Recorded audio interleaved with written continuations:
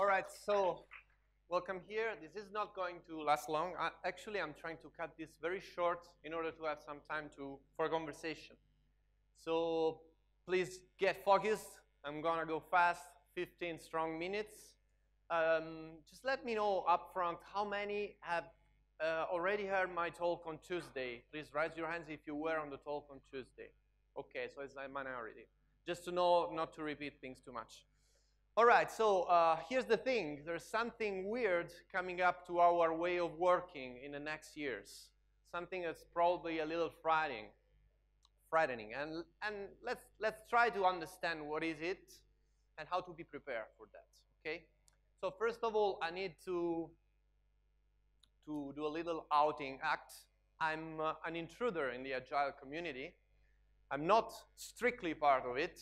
Yeah, actually, I am part of it, but I am equally part of other communities like organization design community, lean startup community, service design community, serious gaming community, and other things that are working on the same topics. All these communities are asking themselves, how is our future going to be? So I can propose you a different perspective which is not focused on software. So this is outing. If you don't like this kind of things, now you know it. So just quick, because we've heard very interesting thing in a previous keynote. What happened? Just a little context. We have built organizations for 150 years to be durable, stable, and predictable, right? And we did it so well that now we're striving to change them, and they don't, because they're stable. So hierarchy was born for that.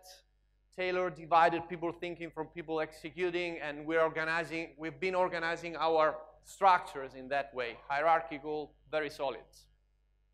Now one thing happened in the meanwhile, and this is a diagram from my friend Nils Flagging. He's published a nice book on this, so I'm here if you want to ask more.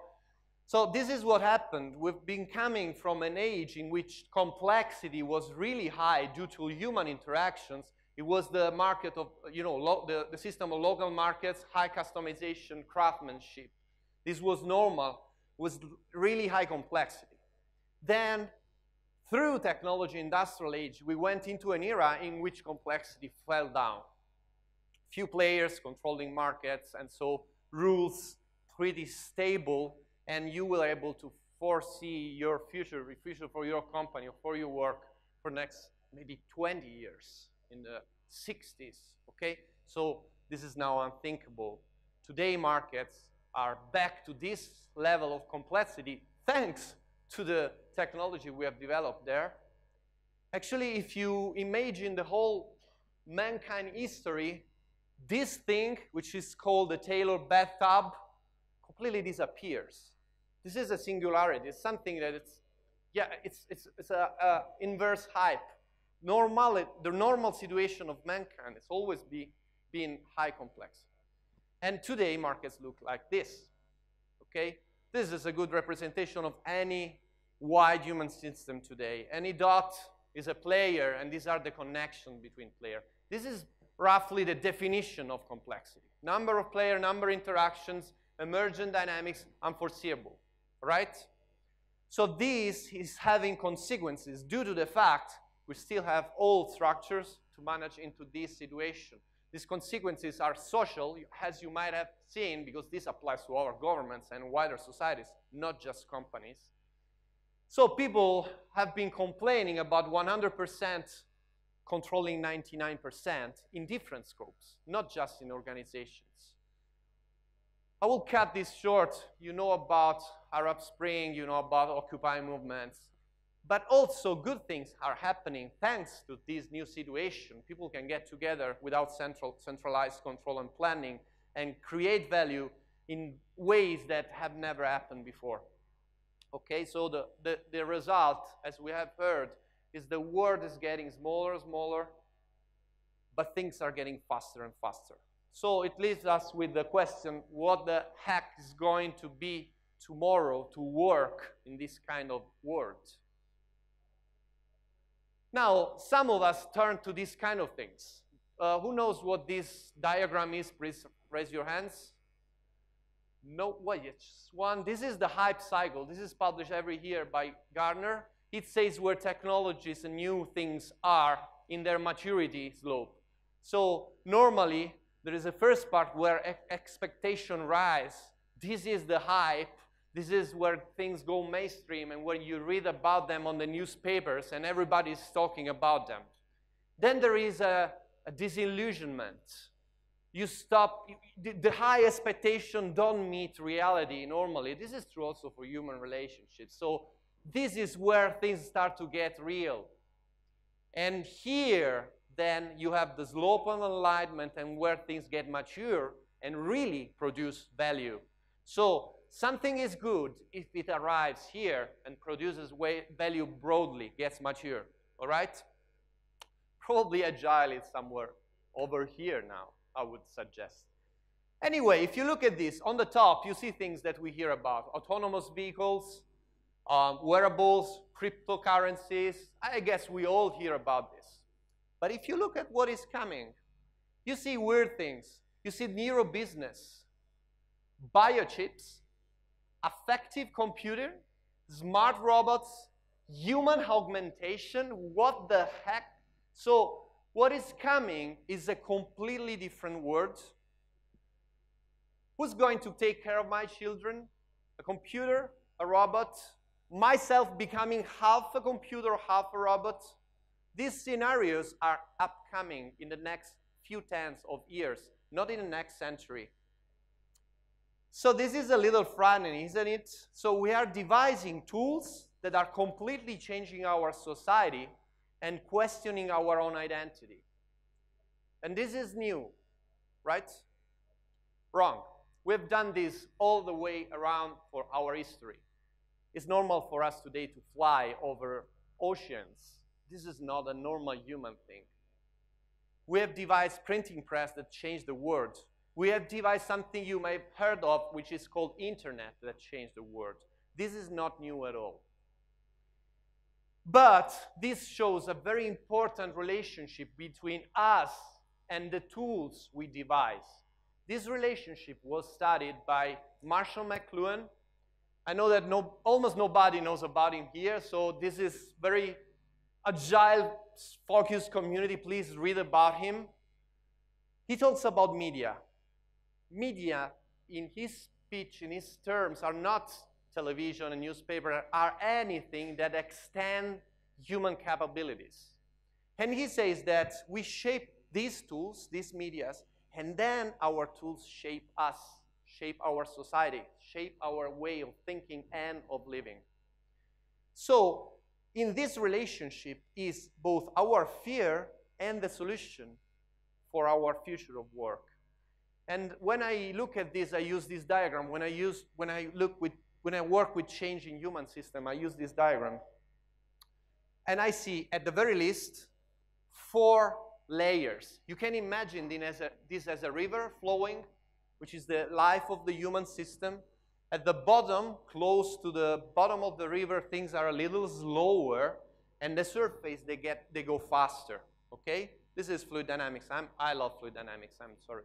I study aerospace engineer because of fluid dynamics.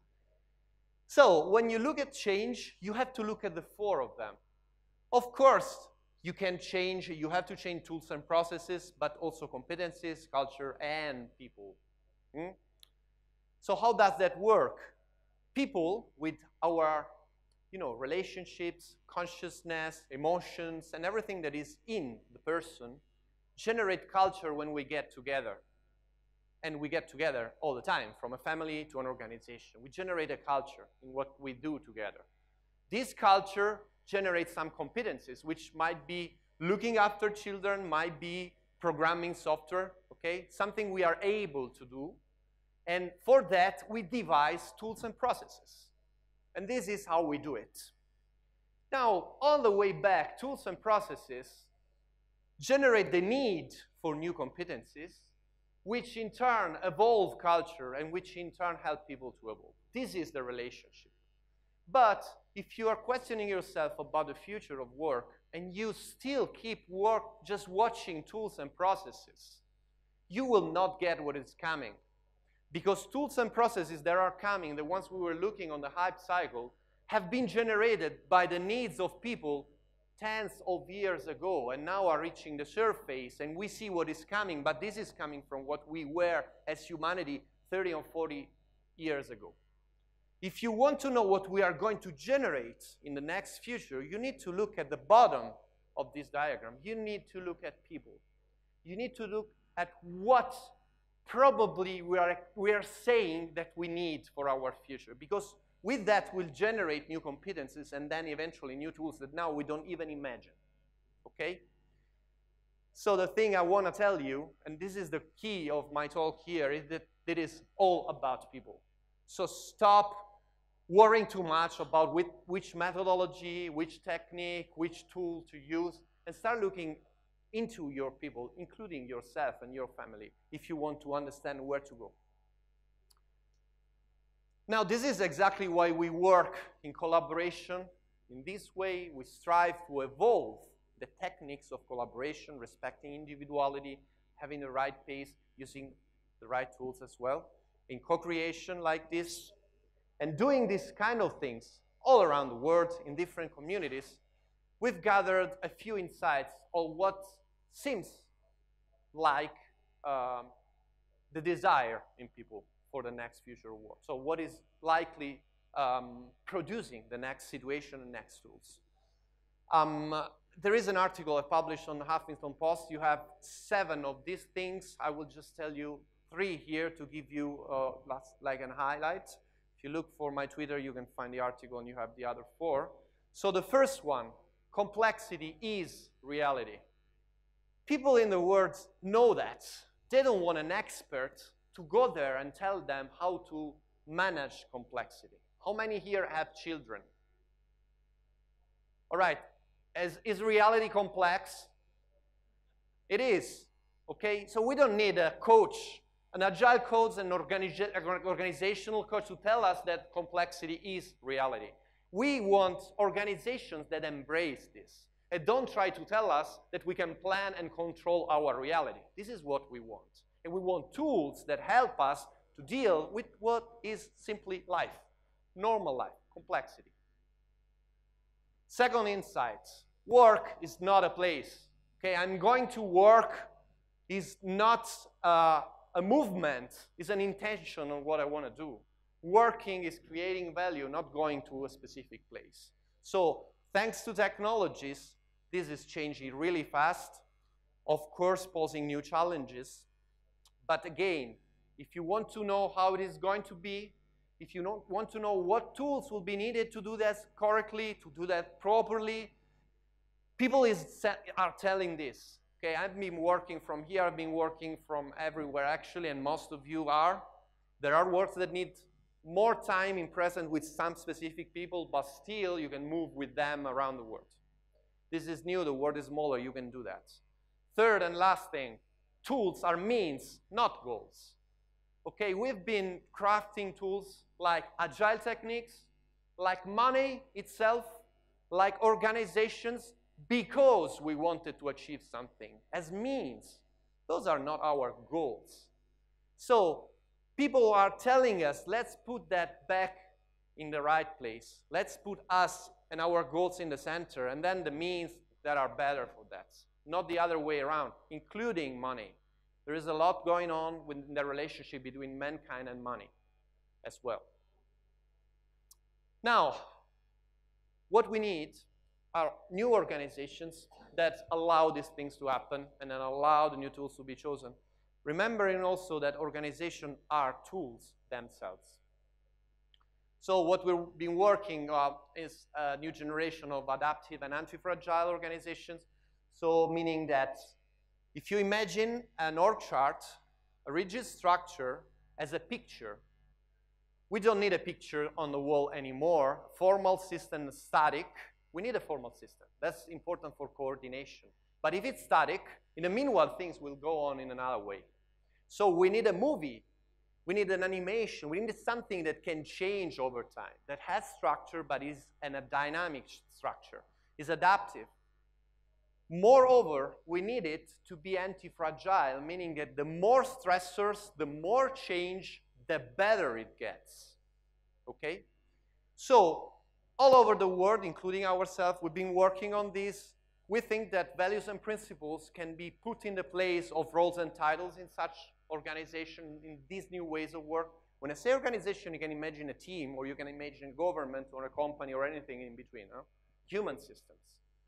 We believe that engagement can replace the old attitude to command, and we believe that empowerment, which means giving resources, information, decisional power in the position where it's needed, can replace control. Okay? These things are now appearing as muda, as waste in the lean terms. So this can enable people to get together in what biological systems do. We're not fish. It's much more difficult for us. We have culture, we have egos, but we can do that. We're doing that. A lot of people are working to allow this. New tools that allow this in the respect of individuality and in the leveraging of the human dimension, we can do this. We can act as a dynamic body made of people. This is what we are hardwired for in our DNA. This is how we've changed the world. And now we need to do this more effectively. Now, we've devised a system. I don't want to speak about it. If you're interested, liquidorganization.info. It's an agile governance framework, let's say, platform. It's not prescriptive, it's descriptive. It is devised in order to bring this neuroplasticity into our organizations, okay? But anyway, you want to implement these kind of things in your team, or in your organization, you need to implement these 4 routines, these 4 sets of processes. So you need to strategize. Sorry, it's a little wider. Which simply means putting things in perspective, sharing the view, understanding this view, okay? You need routines to perceive. In complexity, you need to perceive. You need to, it's like going with a sailboat. You need to know what is happening around you. You see clouds on one side, you see cliffs on the other. You need to perceive what is going on. You need to let information flow through your organization and within your organization. You need to test. You need to run experiments. This is for sure because you don't have anything granted in complexity. And you need a system to implement what works and make it the new now standard to change it tomorrow, okay? This, in a word, implements something that we have seen in the previous video, which is what we, in our adaptive organization design, we call the ambidextrous organization. It means we need organization that with one end execute their current business model. They execute what works, and they execute it better and better, more efficiently, with more delighted customers. But with the other hand, are testing what they are going to be tomorrow. In the other hand, they have an adaptive structure, an agile, strongly agile structure that is keeping that beginner mindset every day. And what works goes to design the other hand. So this is a continuous organizational improvement framework. This is the basis of it. All the rest are tools. Then each of us will test and try the tools that we prefer. We believe, and here I close, that all this can just happen if we understand we need to evolve in 3 directions as human systems. We need more consciousness of operational agility, of leanness. We need to understand what is value and how to take the waste out of that. And I don't really care that much if that is agile, lean startup, old manufacturing lean. We need to define what is value, streamline that, and understand what in that moment is just obstacling the creation of that value, okay? In the other direction, so this is about collaboration. In the other direction, we need to open up to meaningful conversation. We need to understand we are part of an ecosystem, inside and outside, and we need to let those knowledge flows come through us. This is about conversations. We need to help establish and connect meaningful conversation, which is not protecting our intellectual property, our classified information. In some cases, that's a good thing, but today, I would say 1% of the cases. And usually for the sake of the customer, not for our fears. So this is about conversation, and the last one is about inclusiveness. It's about co-creation. We have the technology now to put everything that people think and feel into crafting a new direction, into strategizing, into sensing, perceiving. We need to learn these things. I've heard a lot of confusion in these days. Okay? If you're part of an organization, a team, you simply cannot not collaborate, because an organization is done for collaboration. It's like breathing, and that doesn't mean you have to be in a meeting all the time. That's completely wrong. It's bad collaboration. And the solution for bad collaboration is not throwing the water with the baby, because the baby here is the future of humanity. It's learning how to do that properly. When you breathe, and you have to breathe, you have to inhale and exhale. So people need to be alone to be enabled to feel and think, and then be able to bring that back to the group and work together. And there are a lot of techniques for that. We are working all over the world. Please visit events that are not just agile. Go around, open up this community to meaningful conversations. Co-create with other people. Try that. It will change everything. I swear, I promise. So please just make it happen. That's all for me. Thank you. Timing? I don't know if we have time for questions. Do we? Yes, we do. 8 minutes. So if there are questions of any kind, yes, please. Is there a microphone? Yes. Thank you.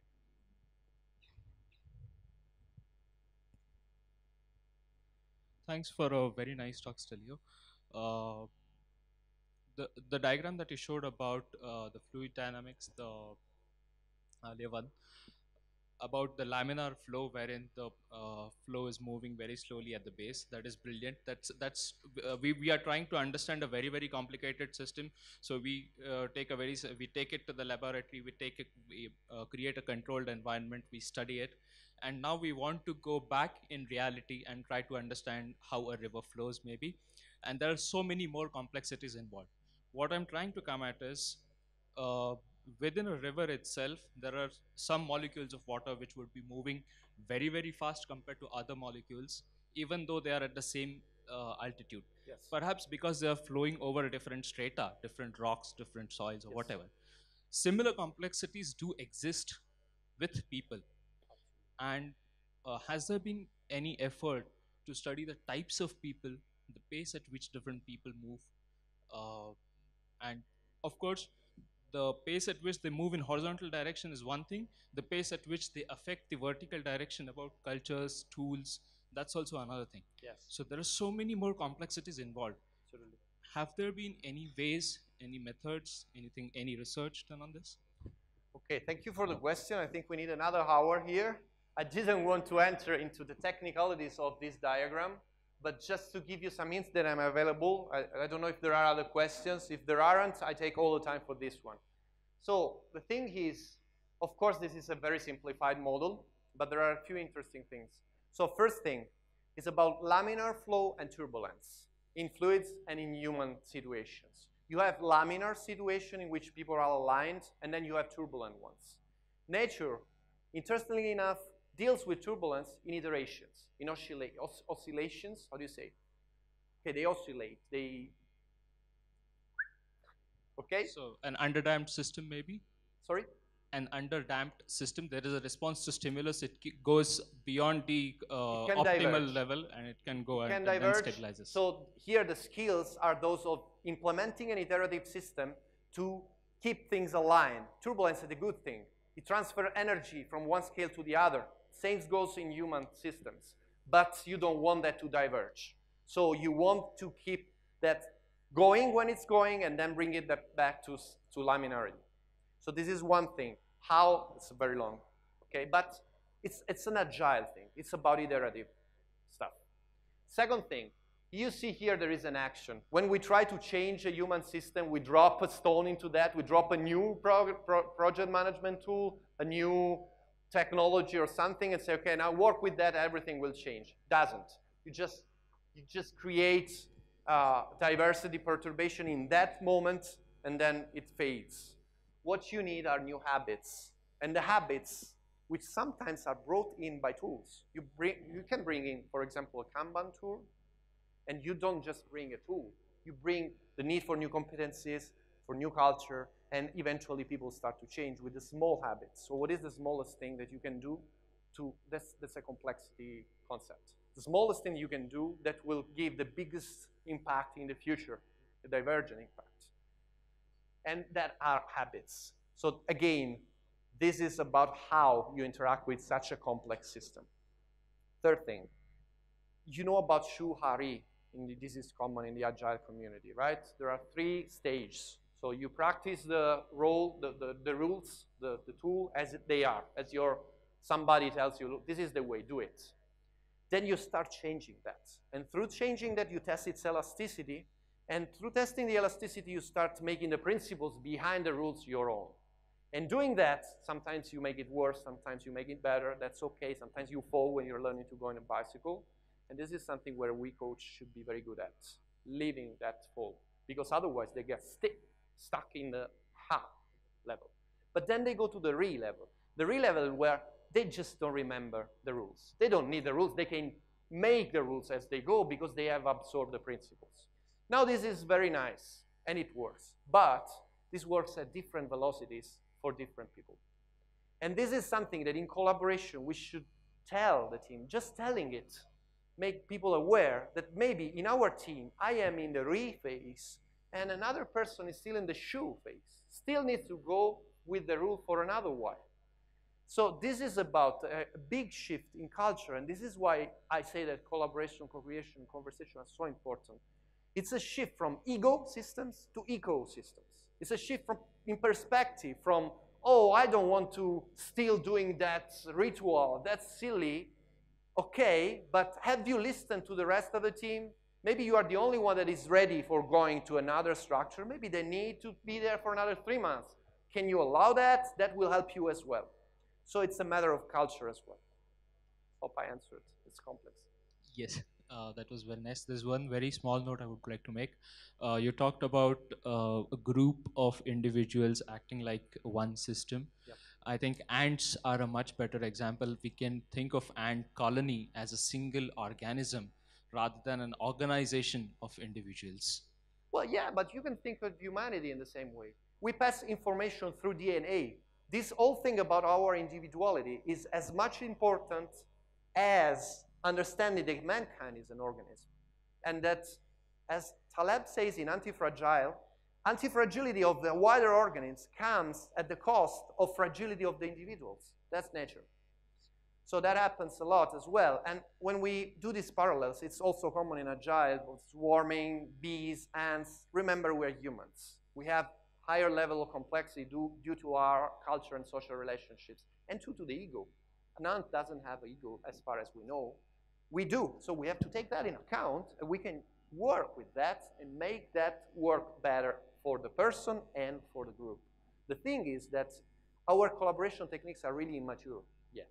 We have to learn. Thank you. Thanks a lot. I think we have over. Thanks.